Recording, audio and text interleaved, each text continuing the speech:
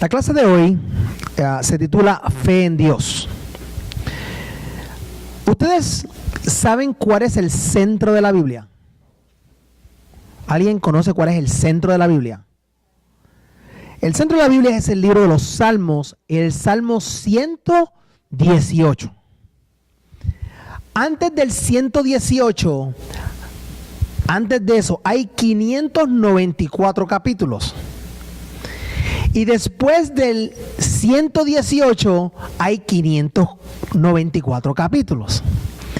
Si tú sumas 594 más 594, te va a dar 1188. ¿Verdad que sí? Así que, ¿usted quiere saber cuál es el mero centro de la Biblia? Es el Salmo 118, versículo 8. ¿Me sigue? El centro de la Biblia es el Salmo 118. Hay 594 capítulos antes, 594 capítulos después. Si yo sumo 594 más 594 me da 1188. 1188. ¿Y cuál es el centro de la Biblia? El Salmo 118, versículo 8. Y mira lo que dice el versículo 8 del capítulo 118 de los Salmos, que es el epicentro de tu Biblia. Dice: mejor es confiar en Jehová que confiar en el hombre. Es mejor confiar en Jehová que confiar en el hombre. Repita conmigo: es mejor confiar en Dios que confiar en el hombre. ¿Usted desea conocer la voluntad de Dios? ¿Usted desea estar en el centro de su voluntad? Vaya al centro de la palabra de Dios.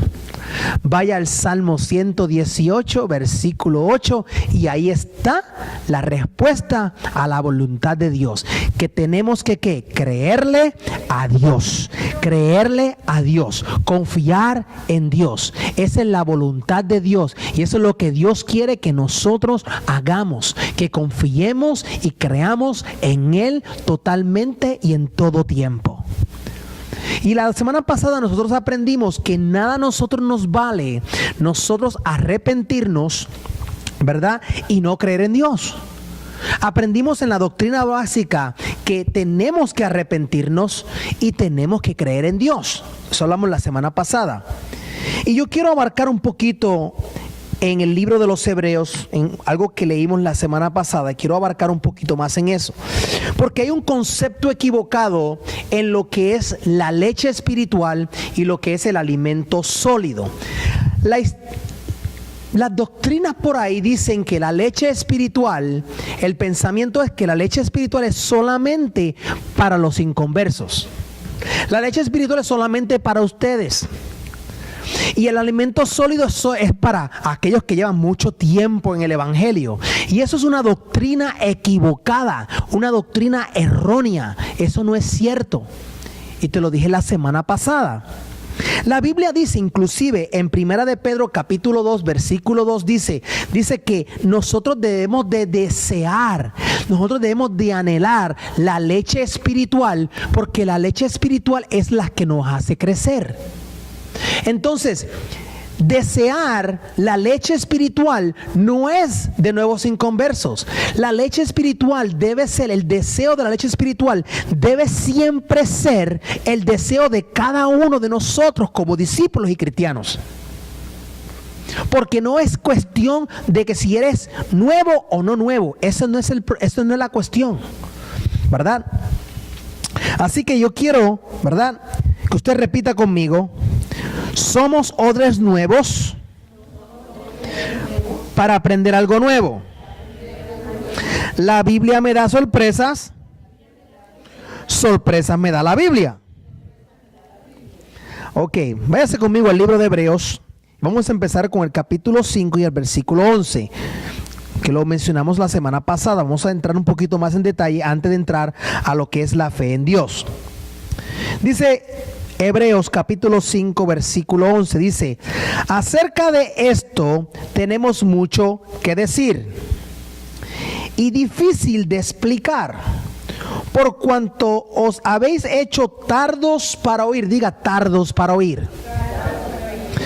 Porque debiendo ser ya maestros, después de tanto tiempo, tenéis necesidad de que os vuelva a enseñar cuáles son los primeros rudimentos de las palabras de Dios. Y habéis llegado a ser tales, diga tales, que tenéis necesidad de leche y no de alimento sólido. Aquí el escritor de los Hebreos lo que está haciendo, está reprendiendo a aquellos que no han dado fruto. El escritor lo que está diciendo: mire, yo esperaba que ustedes para este tiempo, para esta época, ustedes ya hubiesen sido maestros. Pero ¿qué está pasando? Ustedes no han dado fruto. Ustedes aprendieron unas cosas y se olvidaron de ellas, y ahora tengo que nuevamente enseñarte nuevamente lo básico, lo rudimentario, la doctrina básica. Ustedes han sido tardos para oír, no han escuchado, han sido tardos para oír, no llegaron a ser tales. ¿Me está siguiendo? No llegaron a ser tales, y ahora tengo necesidad de enseñarles nuevamente lo básico. Porque no llegaste a ser tales. Si hubieses llegado a ser tales, no hay necesidad que yo venga y te explique nuevamente lo básico. Pero fuiste tardo para oír, no aplicaste lo que se te enseñó. Eso es lo que está diciendo el escritor acá. ¿Ok? Mire lo que dice el versículo 13, seguimos. Y todo aquel que participa de la leche es inexperto en la palabra de justicia, porque es niño. Pero el alimento sólido es para los que han alcanzado madurez, para los que por el uso, diga uso, tienen los sentidos ejercitados en el discernimiento del bien y del mal. Por tanto, dejando ya los rudimentos de la doctrina de Cristo, vamos adelante a la perfección, no echando otra vez el fundamento del arrepentimiento de obras muertas, de la fe en Dios, de la doctrina de bautismo, de la imposición de manos, de la resurrección de los muertos y del juicio eterno. Y esto haremos si Dios en verdad lo permite. Porque es imposible que los que una vez fueron iluminados y gustaron del don celestial y fueron hechos partícipes del Espíritu Santo, y asimismo gustaron de la buena palabra de Dios y los poderes del siglo venidero, y recayeron, diga recayeron, sean otra vez renovados para arrepentimiento, crucificando de nuevo para sí mismo al Hijo de Dios y exponiéndole al vituperio. Mira, amados, lo que está diciendo acá es: la gente escuchó la doctrina básica, pero fueron tardos para oír, no la pusieron en práctica y cayeron. Entonces ahora nuevamente hay que enseñarles, ¿ok? Porque si no fuese sido así, ustedes hubiesen ejercitado el uso y hubiesen estado en este momento llegado a ser maestros, pero no llegaron allá. Entonces recayeron. Por eso dice, llegaron a ser tales, porque recayeron. Amén. En otras palabras, empiezan y caen. Ok, voy a empezar de nuevo. Te lo enseño nuevo y caíste.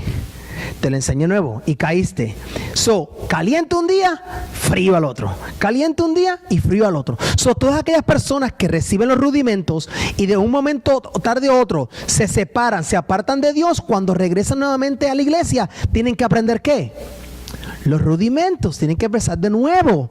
¿Por qué? Porque quizás no lo han puesto en práctica. Bueno, definitivamente no lo han puesto en práctica y se le ha olvidado. Entonces ahí, eso es lo que está diciendo ahí. Aquí no se trata de conocer, aquí no está hablando de conocer los rudimentos sí o no, sino de volver a empezar de nuevo, porque fuiste tardo para oír. ¿Ok? Está hablando de aquel nuevamente que hoy está en fuego y mañana está frío. Así que tenemos que aprender esto. Nosotros no nos podemos equivocar de las doctrinas que andan por ahí diciendo, pues la lechecita esto por acá, las vianditas por acá, la carne sólida por acá. No escuche las cosas porque la gente no sabe ni lo que está diciendo. No está hablando de eso acá. Simplemente lo que está diciendo es en el contexto de que usted, después que se le enseñe los rudimentos, la doctrina básica de Cristo, usted debería seguir avanzando. Usted no debería de recaer y echarse hacia atrás, porque en el momento que caiga hacia atrás hay que enseñarle nuevamente los rudimentos básicos de la doctrina. Amén. Así que, mira lo que dice el versículo 6. Y dice, 6:5, dice, así me gustaron de la buena palabra de Dios y los poderes del siglo venidero, y recayeron, sean otra vez renovados para arrepentimiento, crucificando de nuevo para sí mismo al Hijo de Dios y exponiéndose a vituperio. 7, porque la tierra que bebe la lluvia, que muchas veces cae sobre ella, y produce hierba provechosa a aquellos por los cuales es labrada, recibe bendición de Dios. Pero la que produce espinos y abrojos, es reprobada esta próxima a ser maldecida, y su fin es de ser quemada. Pero en cuanto a vosotros, oh amados, estamos persuadidos de cosas mejores y que pertenecen a la salvación, aunque hablamos así. Porque Dios no es injusto para olvidar nuestra obra y el trabajo de amor que habéis mostrado a su nombre, habiendo servido, diga servido, a los santos y sirviéndoles aún. Mira, amados, aquí del versículo 6 en adelante te está hablando y diciendo qué va a pasar o qué debería de pasar después que usted aprenda los rudimentos básicos de la doctrina. ¿Qué debe de ocurrir? ¿Qué debe de pasar después de eso? Y dice ahí, el versículo 10, dice, habiendo servido a los santos y sirviéndoles aún. Amados, lo que usted tiene que hacer, después que usted aprende la doctrina básica, es servir. Póngase a servir.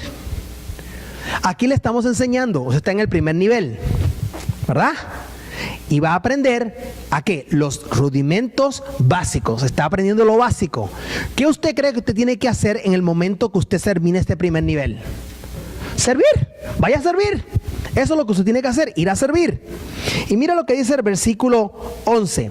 Pero deseamos que cada uno de vosotros muestre la misma solicitud hasta el fin, para plena certeza de la esperanza, a fin de que no os hagáis perezosos, sino imitadores de aquellos que por la fe y la paciencia heredan las promesas. Amados, una vez que usted deje el rudimento, o sea, después que usted aprenda a arrepentirse, ahora cree en Dios, ahora se bautizó, ahora es lleno del Espíritu Santo, ahora conoce lo que es el juicio eterno, ahora conoce que hay tierra, ahora conoce que hay cielo. Lo que a usted le compete es empezar a agarrar las promesas de Dios. That's it. A usted lo que le compete es agarrar las promesas de Dios que Dios hizo para usted. No hay nada más. Aprendí lo básico, aprendí los rudimentos básicos, me voy a poner a servir y empezar ahora a agarrar todo lo que Dios tiene para mí. ¿Qué tiene Dios para mí? ¿Tiene bendición de finanzas? Yo quiero eso. ¿Tiene bendición de salud? Yo quiero eso. ¿Tiene bendición para mi matrimonio? Quiero eso. ¿Dios tiene bendición para mi familia? Quiero eso. Y usted empezar a agarrar las bendiciones que Dios tiene para usted. Dice la palabra que las bendiciones están sobre nuestra cabeza. Lo que tenemos que hacer es levantar las manos y agarrarla. Eso es lo que usted tiene que hacer de ahora en adelante. No se preocupe por nada más. Aprendí lo básico, aprendí los rudimentos, voy a empezar a servir y empezar a agarrar cada bendición que Dios tiene para mí. Entonces, no hay que ir a instituto bíblico, no hay que hacer maestría en teología, no hay que hacer nada de eso. Simplemente servir y agarrar cada promesa que Dios tiene para mí. Amén. Así que la aplicación práctica es que una vez que aprendamos los rudimentos de la doctrina, es practicar una vida llena de bendiciones de Dios. Practicarla todos los días. Amén. Así que dejemos ya los rudimentos y pongámonos a imitar a aquellos que por la fe heredaron las promesas.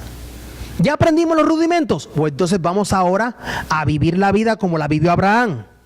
Porque Dios dice que Dios lo juró, que lo bendeciría con abundancia y lo multiplicaría. No lo prometió, lo juró. Y ahorita vamos a hablar un poquito más de eso.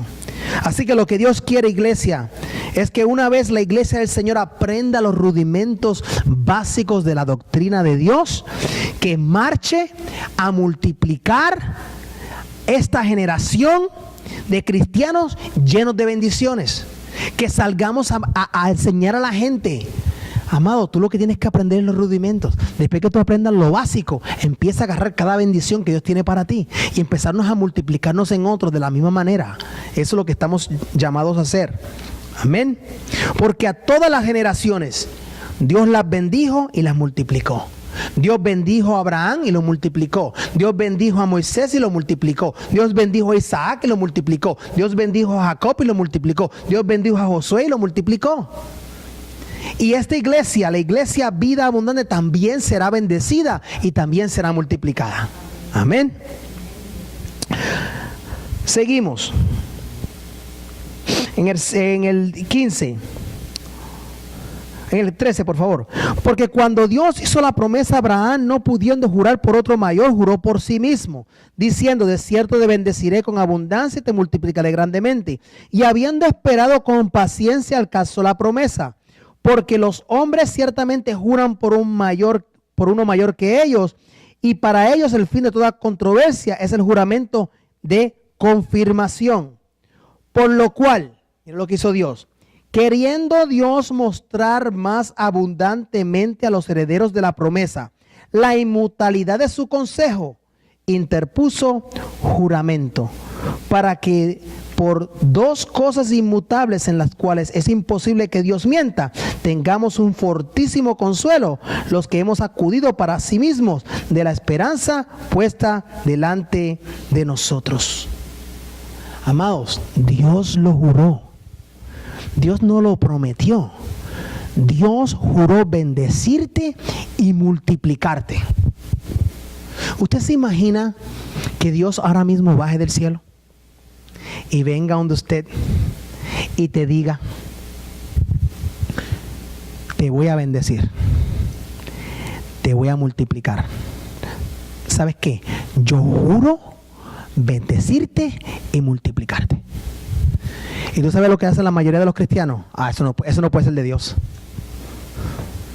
Dios lo juró. No lo prometió, lo juró. Lo juró que nos iba a multiplicar y nos los iba a bendecir. Mire, para Dios es una ofensa que nosotros digamos: yo no creo eso. Él lo juró. Y nosotros decir: es que yo no creo que Dios me va a bendecir. No. Yo no creo que Dios me va a multiplicar. No, yo no creo eso. A Dios le debe doler en el corazón. ¿Usted se imagina si alguien viene de usted y digo: yo te juro, y usted no le crea? ¿Cómo usted se sentiría? Mal. Imagínese que Dios le esté diciendo a usted hoy: yo te juro que te voy a multiplicar y te voy a bendecir. Si creemos en Dios, estamos condenados a prosperar, ¿oye? Si nosotros creemos en Dios, estamos condenados a prosperar. Las obras de la fe, aprendimos la semana pasada, son las que confrontan nuestra fe. Son las que dicen si estamos creyendo o no. La fe solo y Dios saben si tú la tienes o no. Nadie más. Eres tú y Dios que sabes si esa fe es cierta o no. Así que se dejan los rudimentos y después, ¿qué sigue? Buscar las promesas de Dios, agarrar las promesas de Dios. Así que Dios nos está diciendo: ya aprendieron los rudimentos de Cristo, ahora vayan, prediquen y agarren las bendiciones de un Dios bueno que tiene para ustedes. Predíquenle a la gente que Dios es bueno. Predíquenle a la gente que Dios los ama. Predíquenle a la gente que Dios sufrió en la cruz del Calvario por ellos. Predícale a la gente que Él llevó nuestras enfermedades para que nosotros no tengamos enfermedades. Eso es lo que tenemos que hacer, nada más. Aprendemos los rudimentos, adelante. A agarrar las bendiciones y a predicar a la gente lo bueno que es Dios. Nada más, no necesitan nada más que eso. Amén. Así que vamos ahora a hablar de fe. Y quiero que vaya conmigo a Hebreos capítulo 11. Vamos a leer Hebreos capítulo 11, versículo del 1 al 3. Un poquito hacia adelante. Y dice la palabra del Señor. Es pues la fe, aquí viene la definición de fe. Por si acaso usted no sabe lo que es la fe. Esta es la definición de fe de la Biblia. Es pues la fe, la certeza de lo que se espera, la convicción de lo que no se ve. Porque por ella alcanzaron buen testimonio los antiguos. Por la fe entendemos haber sido constituido el universo por la palabra de Dios, de modo que lo que se ve fue hecho de lo que no se veía.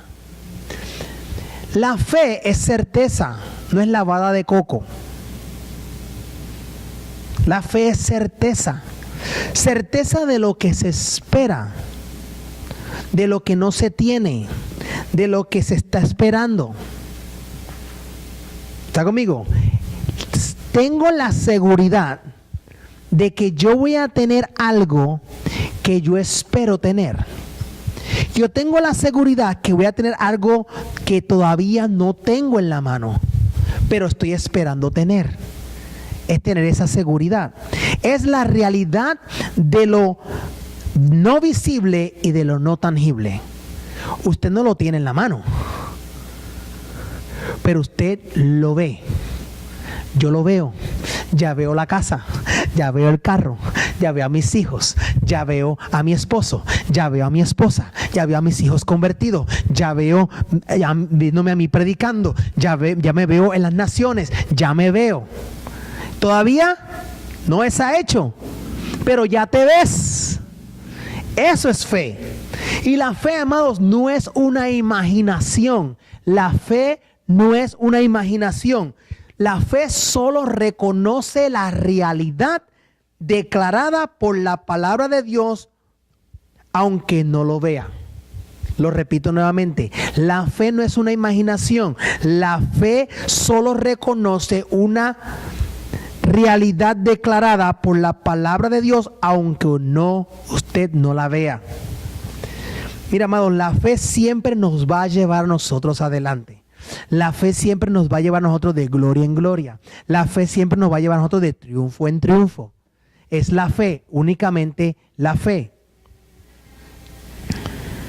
La fe es estar convencido que yo voy a recibir lo que yo estoy esperando.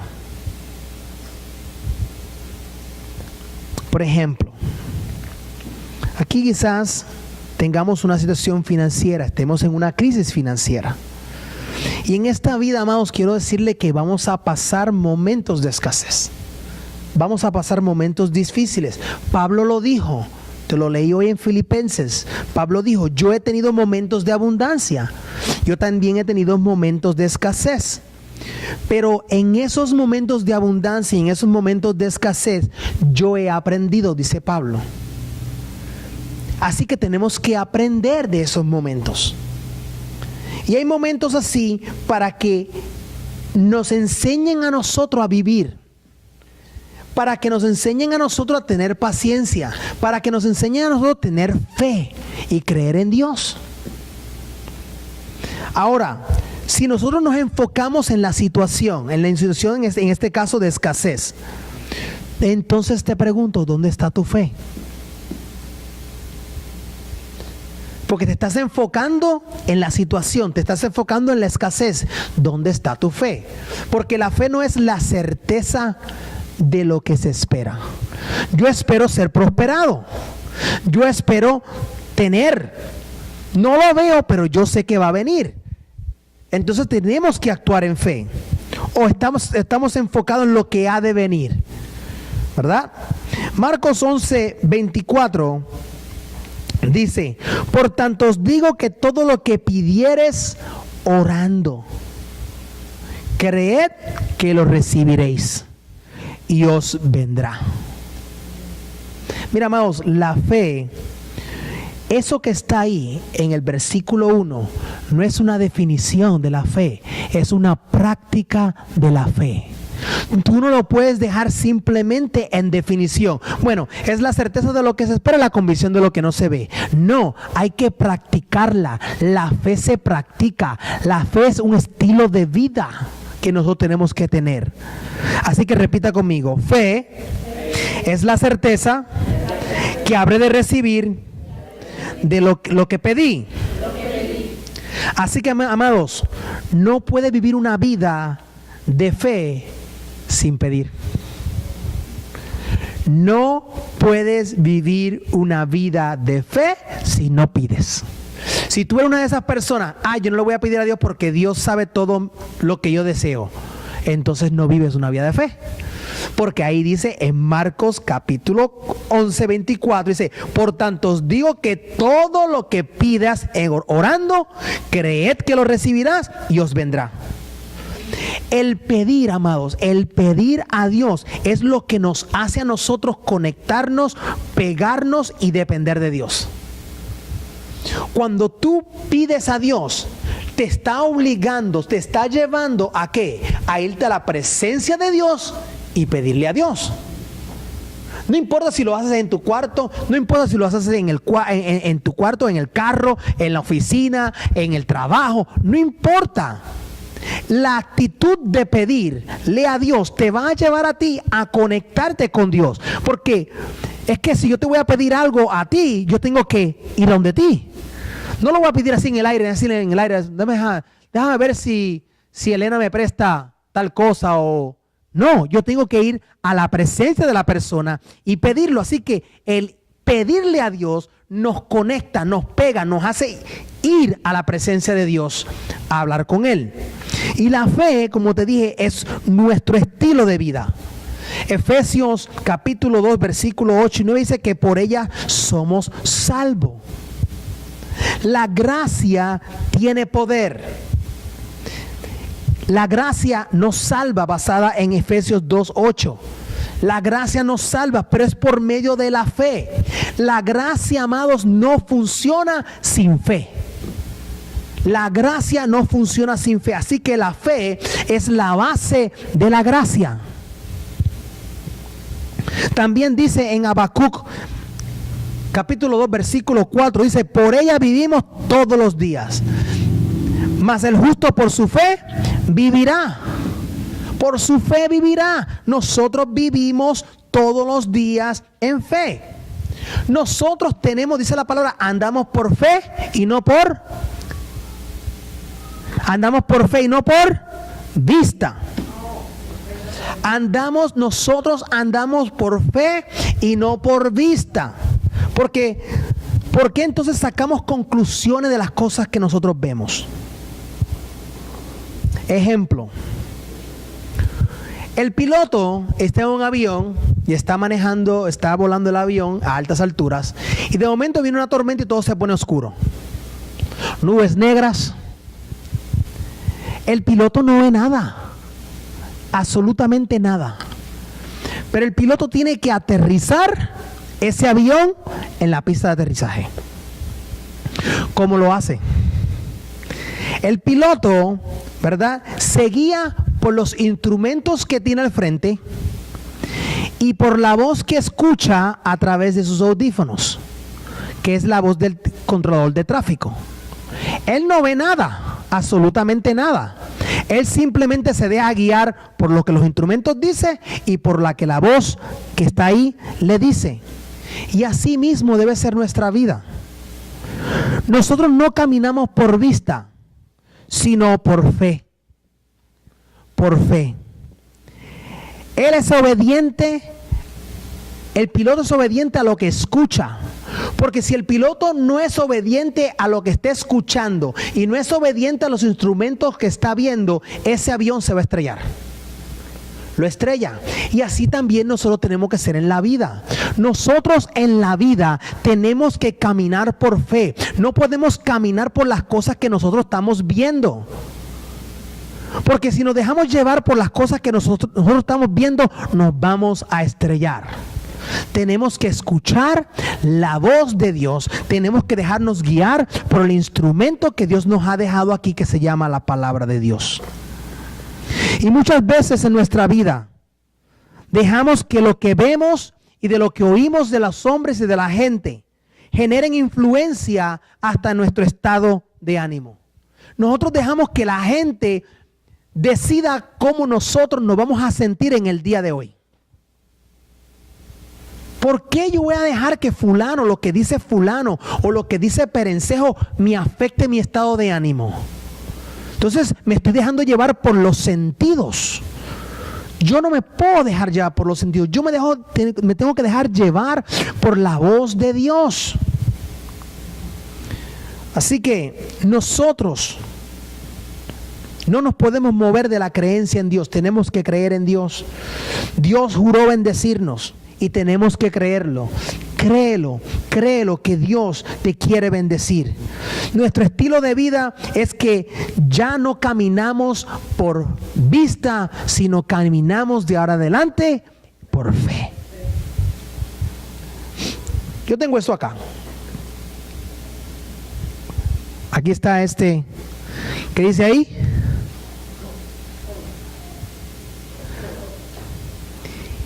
¿Qué hay ahí adentro? ¿Coca-Cola? ¿Es Coca-Cola o es café? ¿Es Coca-Cola o café? ¿Y por qué usted sabe que es Coca-Cola? Porque aquí dice Coca-Cola. Pero si yo le digo, ¿y si yo puse café ahí? Ahora, ¿cómo usted sabe si es café o es Coca-Cola? Probándolo, o quizás lo quiere tocar primero. Si lo toca, si es caliente es, y si es frío. Y si yo le digo que yo cogí el café y lo puse en la nevera y lo enfrié y lo puse acá. Si usted quiere saber lo que es, entonces usted tiene que abrirlo y probarlo y decir si es café o es Coca-Cola. Punto. ¿Por qué entonces nosotros tomamos decisiones basadas en lo que nosotros vemos? Y a veces tomamos decisiones simplemente porque dice Coke es Coke. Y tomamos decisiones simplemente de una sola cosa. Los sentidos se tienen que comunicar los unos con los otros para que puedan llegar a acuerdo y lleguen a la verdad. ¿Recuerda cuando le hablé acerca del mareo espiritual? Que le dije que cuando usted va en un vehículo y usted está leyendo, sus oídos perciben de que usted va en movimiento, pero sus ojos ven que está quieto. ¿Me está siguiendo? Entonces hay una discordancia entre estoy quieto o me estoy moviendo. Y cuando los dos sentidos no hablan, entonces usted se marea. Entonces cuando el sentido del oído se sintoniza con el sentido de la vista, entonces usted se para de marear. Cuando usted saca el libro y usted mira hacia el frente, la vista se ve que usted está moviéndose, el oído siente que usted está moviendo, entonces ahora los dos están en acuerdo y usted no se deja de marear. Así es igualmente con esto, amados. La confusión puede venir simplemente por la información de los 5 sentidos. Los 5 sentidos a nosotros nos pueden engañar. Pero yo quiero decirte que Dios nos dio otro sentido. Y Dios nos dio el sentido de la fe. Ese debe ser nuestro 6º sentido. Y este no se deja de engañar por los 5 sentidos que tenemos. La fe es el otro sentido que no se deja engañar por los sentidos, los otros 5 sentidos. Por ejemplo, mis sentidos me pueden decir yo estoy enfermo, pero mi fe dice no, tú has sido sanado por las llagas de Cristo. Mi sentido puede decir puede decir, estoy quebrado, pero mi fe me dice no, porque mi Dios es el rey del oro y de la plata. La fe es ese sentido que no se deja influenciar por los sentidos humanos. Cada sentido tiene una razón de existir en nuestro ser. Y de igual manera la fe también tiene un sentido en nuestro ser. Tenemos que dejarnos guiar por el sentido de la fe, amados. Amén. Romanos 8:28 dice, todo obra para bien para aquellos que aman al Señor. Ese es un versículo que demuestra fe. Porque van a venir cosas a nuestra vida que nos van a hacer sentir a nosotros mal. Van a venir situaciones y problemas en nuestra vida. Y los sentidos nos dicen, estás mal, lo hiciste mal, estás viviendo mal. Pero la fe dice ahí, no, todo obra para bien. Todo lo que me está pasando, obra para bien. Tu situación que tú estás pasando, los dice, oh my God, ¿qué va a pasar? No va a mejorar, no va a hacer nada, va a seguir en lo mismo. Pero la fe dice, no. Todo lo que pasó, obra para bien, para aquellos que aman al Señor. Tú decides qué vas a oír. Tú decides qué vas a hacer. Hebreo 11:2 dice, porque por ella alcanzaron buen testimonio los antiguos. Amados, ¿quieres buen testimonio? ¿Tú quieres que la gente tenga buen testimonio de ti? Ten fe. ¿Qué lo dice? Ten fe. Mire, amados, Dios no se va a mostrar físicamente en nosotros. Dios no va a venir del cielo y se va a parar ahí al frente de usted y mío físicamente. Pero ¿sabes cuán agradable es para Dios aquella gente que no lo ve, pero le cree? ¿Tú sabes cómo Dios se debe de decir, wow, look at her, mírala a ella, mira, no me ha visto físicamente, pero me cree? Mira, a Dios le agrada eso, a Dios le encanta eso, ver gente que no lo ve y le cree. ¿Qué es lo que tenemos que hacer para agradar a Dios, amados? Tener fe, nada más. Ahí lo dice en el versículo, ¿verdad? Tener fe. A Dios no le agrada las ofrendas, a Dios no le agrada los diezmos, a Dios no le agrada el adorar, a Dios no le agrada el orar si lo hacemos sin fe. Nada de eso a Dios le agrada si lo hacemos sin fe.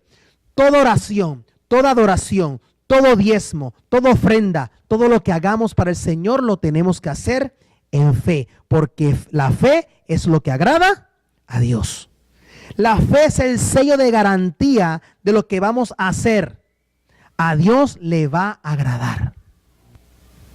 Eso es lo que le agrada a Dios. Ahora, mire lo que dice el versículo 6. Pero sin fe es imposible agradar a Dios, porque es necesario que el que se acerca, diga acerca, a Dios crea que le hay y que es galardonador de los que le buscan. Repita conmigo. No hay quien diga tener fe y no deba de buscar al Señor. Si tú tienes fe, tienes que buscar a Dios. Tú no puedes decir, yo voy a buscar a Dios y no tenga fe. Porque ahí específicamente lo dice, el que se acerca a Dios crea que le hay y que es galardonador de los que le buscan. ¿A quién Dios le da galardones, amados? A los que tienen fe. Una vida llena de bendiciones y de galardones es una vida que ha sido una vida de fe. Y muchas veces decimos, oye, pero qué bendecido está este hombre, oye, qué bendecido está esta iglesia, oye, qué bendecido están esta gente. Dios los ha bendecido. ¿Sabe por qué? Porque son gente de fe. Son gente que ha vivido de fe. Porque la fe es lo que Dios mira para galardonear o para dar galardones a aquellos que le buscan. Amén. La gente necesita entender que para triunfar en la vida necesita fe. Tú quieres éxito en tu vida, necesitas fe. ¿Quieres beneficios y galardones en tu vida? Necesitas fe. Tienes que creerle a Dios. ¿Tienes problemas financieros? Créele a Dios. ¿Tienes problemas matrimoniales? Créele a Dios. ¿Tienes problemas de salud? Créele a Dios. ¿Tienes problemas de matrimonio? Créele a Dios. Solo tenemos que creerle a Dios. That's it. Ahora mira lo que es el versículo 4. Para atrás. Por la fe ofreció a Dios más excelentemente sacrificio que Caín, por lo cual alcanzó testimonio de que era justo, dando Dios testimonio de sus ofrendas, y muerto aún habla por ella. Así que vamos a ver aquí el buen testimonio de ellos, y empieza con Abel, ¿verdad? ¿Cuál fue la primera obra de fe que registra la Biblia? Ahí lo dice. ¿Usted lo leyó? ¿Cuál fue la primera obra de fe que registra la Biblia? ¿Qué hizo Abel? Ofrendó. ¿Qué hizo Abel? Ofrendó. ¿Qué hizo Abel? Amados, la primera obra de fe que se registra en la Biblia es la ofrenda. Y dice que todavía esa ofrenda habla. Amados, la ofrenda habla. Así que ofrendar bien da buen testimonio delante de Dios. Diga conmigo, ofrendar bien da buen testimonio delante de Dios. Así que cuando usted venga a ofrendar, su ofrenda va a hablar. Su ofrenda va a decir cuánta fe usted tiene. Su ofrenda va a dar testimonio a Dios. Porque su ofrenda habla. Versículo 5. Y dice, por la fe Enoc fue transpuesto para no ver muerte y no fue hallado porque lo transpuso Dios, y antes que fuese traspuesto tuvo testimonio de haber agradado a Dios. Pero sin fe es imposible agradar a Dios, porque es necesario que el que se acerca a Dios crea que le hay y que es galardonador de los que le buscan. Y sigue hablando. En el 7 habla de Noé, después habla de Abraham, después habla de Sara, habla de Jacob, habla de Moisés, inclusive sigue por ahí hablando, ¿verdad? Los héroes de la fe, habla de una ramera llamada Rahab y de un desobediente llamado Sansón. Pero mira lo que dice el Hebreos capítulo 11. ¿Habla bien o habla mal de Rahab? ¿Habla bien o habla mal de Rahab en Hebreos capítulo 11? Habla bien. Dice el 31, por la fe Rahab la ramera no pereció justamente con los desobedientes, habiendo recibido los espías en paz. En Hebreos 11 se habla bien de Rahab. ¿Y qué usted cree que se habla de Sansón? ¿Se habla mal o se habla bien? Se habla bien de Sansón en el capítulo 11. Ahí se habla bien de Sansón. Dice el 32, ¿y qué más digo? Porque el tiempo me faltaría contando de Gedeón, de Barak, de Sansón, de Geset, de Jefté, de David, así como de Samuel y de los profetas. Está hablando de hombres de fe. Hablan de hombres de fe. Ahora, quiere una joya, quiere una perlita. Esta es la perlita. ¿Qué malo o qué pecados hizo Sansón? ¿No recuerda? Mire, Sansón era un desobediente. Desobedeció a los padres. Sansón era un mentiroso. Sansón fornicó. Sansón se casó con una mujer que no debía de casarse. Yugo desigual. Sansón practicó inmundicias. Todas esas cosas hizo Sansón, todas esas cosas. ¿Y dónde usted lo aprendió? Si no lo sabe, eso se encuentra en el libro de Jueces, capítulo 13. Ahí aprendió todas las cosas y las barbaridades que Sansón hizo. Pero ¿qué estamos aprendiendo en el libro de Hebreos? Estamos aprendiendo de un Sansón que tenía fe. Otro ejemplo, David. ¿Qué pecados cometió David? Homicidio, adúltero, abuso de poder, otro mentiroso. ¿Y dónde lo aprendimos? En el libro de Samuel. Pero ¿qué se dice de David en el capítulo 11 de Hebreos? Se dice que David tenía el corazón que agradaba conforme al corazón de Dios. David tenía un corazón conforme al de Dios. El adúltero, el fornicario, el mentiroso, el homicida, dice que tenía un corazón que agradaba a Dios. ¿Menciona los pecados de David en el capítulo 13? No. ¿Menciona los pecados de Sansón en el capítulo 13? No. ¿Menciona los pecados de Rahab la ramera en el capítulo 11, perdón? No. ¿Sabe por qué? Porque esta palabra, el Nuevo Testamento, el Nuevo Pacto, fue escrito por el Espíritu Santo de Dios. Y el Espíritu Santo de Dios no habla mal de nadie. ¿Está conmigo? El Espíritu de Dios no inspira a escribir mal de ninguno que tenga fe. Nosotros ahora vivimos en un periodo de la gracia. ¿Qué usted cree que el Espíritu Santo va a hablar de nosotros?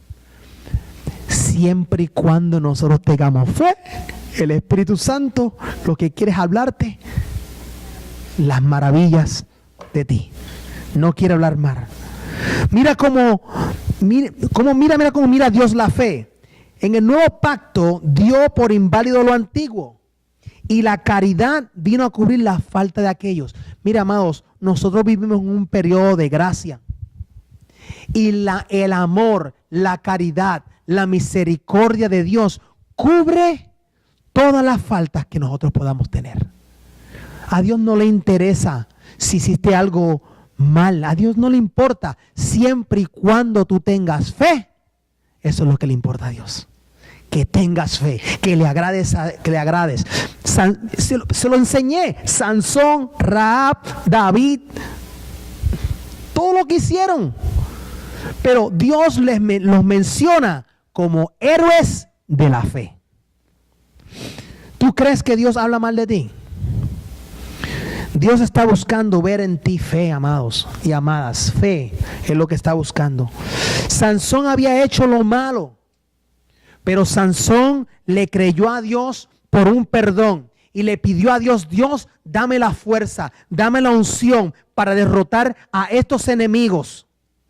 Y Sansón se la pidió, y en esos últimos momentos, mientras estaba allí en aquellas columnas sin ojos, Dios le dio una nueva unción, Dios lo llenó de fuerzas, y dice la palabra que mató más filisteos que lo que hubiese matado en toda su vida, en aquel simple momento. Pero Sansón fue y le pidió a Dios, y Dios vio su fe. Rahab, a pesar de haber sido una ramera, Dios no escribe nada de eso en el Nuevo Testamento. David, no se escribe nada de sus pecados, sino del corazón que tenía. Nosotros vamos a ganar a Maryland para Cristo. Hay que creerle, lo tiene que creer. Dios, amado, no está buscando gente perfecta. Dios no está buscando gente perfecta, sino gente dispuesta y que le crea. ¿Cuántos le creen a Dios? Amados, nadie es digno de confianza hasta que se confía en Él. Nadie es digno de confianza hasta que se confía en Él. ¿Cómo yo voy a saber si una persona es de confianza o no si no te doy la confianza para confiar en ti? Quiero decirte en esta tarde que nosotros en esta iglesia no vamos a estar mirando tus imperfecciones. No vamos a ver qué imperfecciones tú tienes, porque Dios ve en ti un líder. Dios ve en ti un líder. Y nosotros no vamos a ver tu pasado, no nos interesa tu pasado para nada.